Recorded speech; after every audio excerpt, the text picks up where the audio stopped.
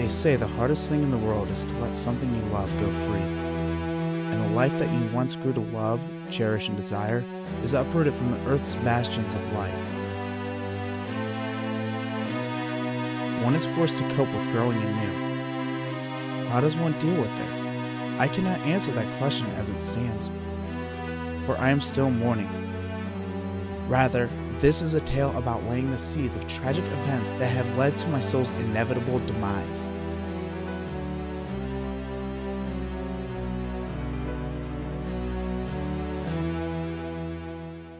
It's not that I have not been involved with women. The issue was there was always a flaw that I was never able to overcome. There was Dakota Smith. She was not able to stop talking. Okay, well, I was born in Madison, Wisconsin, kind of plain Jane living, a lot of farms, a lot of cheese, a lot of cows, that kind of thing. So for entertainment, we had this dog. It was the cutest little dog ever, and whenever you were laying down watching TV, he would run up to you, give you a big kiss, big lick right there square on the cheek. And, that's what we did for entertainment, and I enjoyed this dog so much. I just wish I could remember his name. I mean, it'll come to me in like 2 days. You know how that happens. It'll just come to you 2 days from now and completely random. It'll be completely irrelevant to what you're talking about at that moment. But I'll remember it in like 2 days from now. What was I talking about again? Moonchild was a free spirit that had her own set of views and no censorship of what she thought.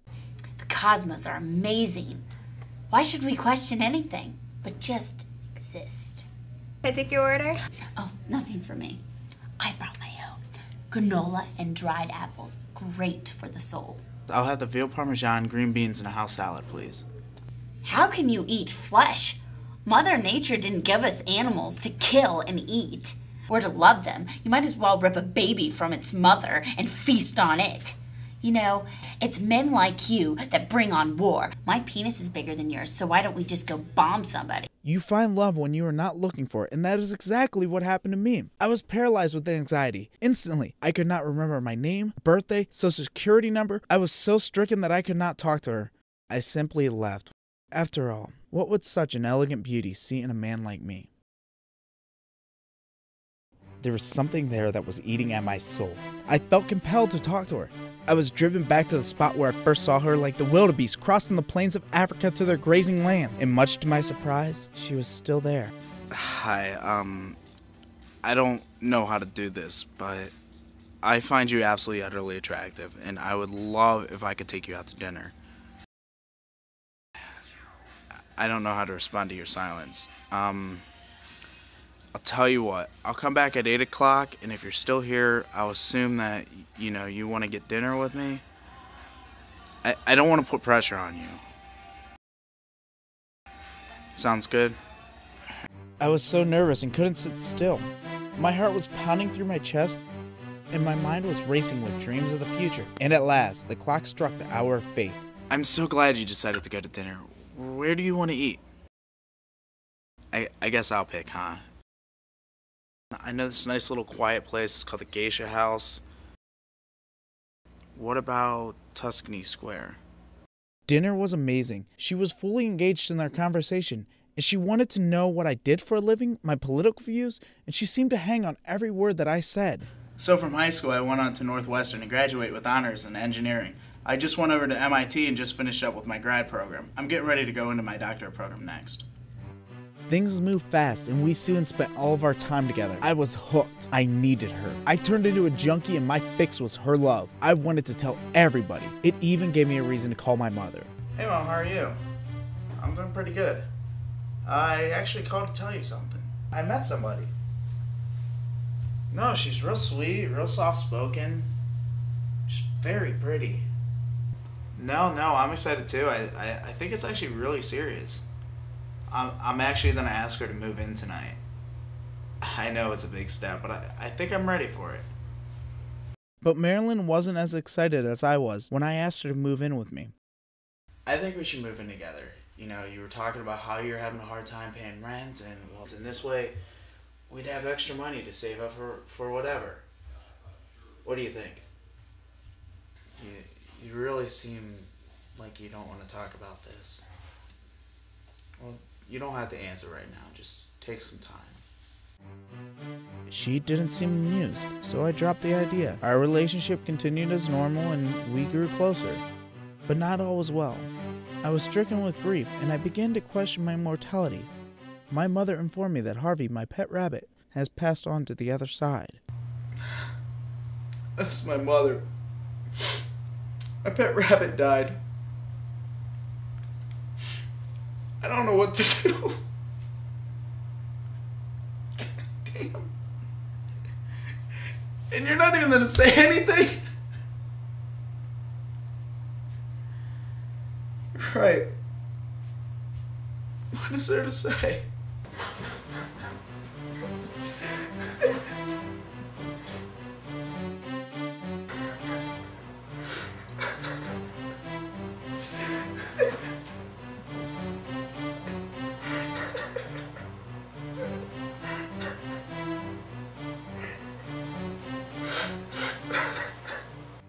But soon she moved in, and I began to question if I was ready to marry her. I loved Marilyn, and I was willing to give her my soul. Eventually, I broke down and bought a ring. We were going to eat. I was going to propose there. But tragedy struck, and my life was destroyed in a flash of a second. As we were arguing in the parking lot, her hand slipped from mine, and a car came barreling down the road. The blaring horns released demons possessing Marilyn's body and freezing her like a deer in headlights. I managed to get her out of the way just in time. But it was too late for me.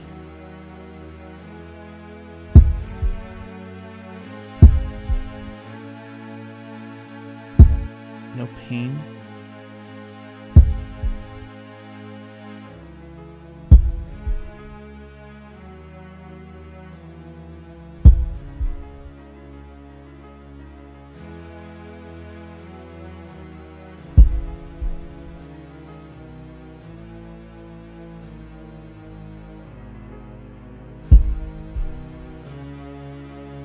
No feeling.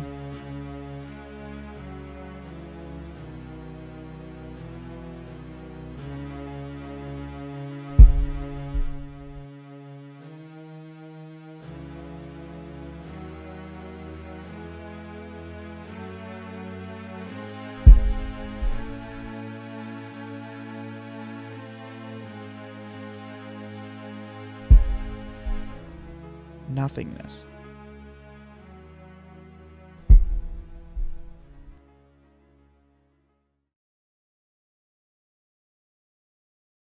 In one quick seize of the brakes, my life was destroyed. She was safe, but as all men I had to pay a debt, and I was taxed with love. I am a broken man now, asking the raven if my dear Marilyn will ever return, and the wind gently blows, nevermore. Ashes to ashes and dust to dust, we must return to our roots, and we will become one with the earth again. We don't know what will happen to our souls, but at least we loved.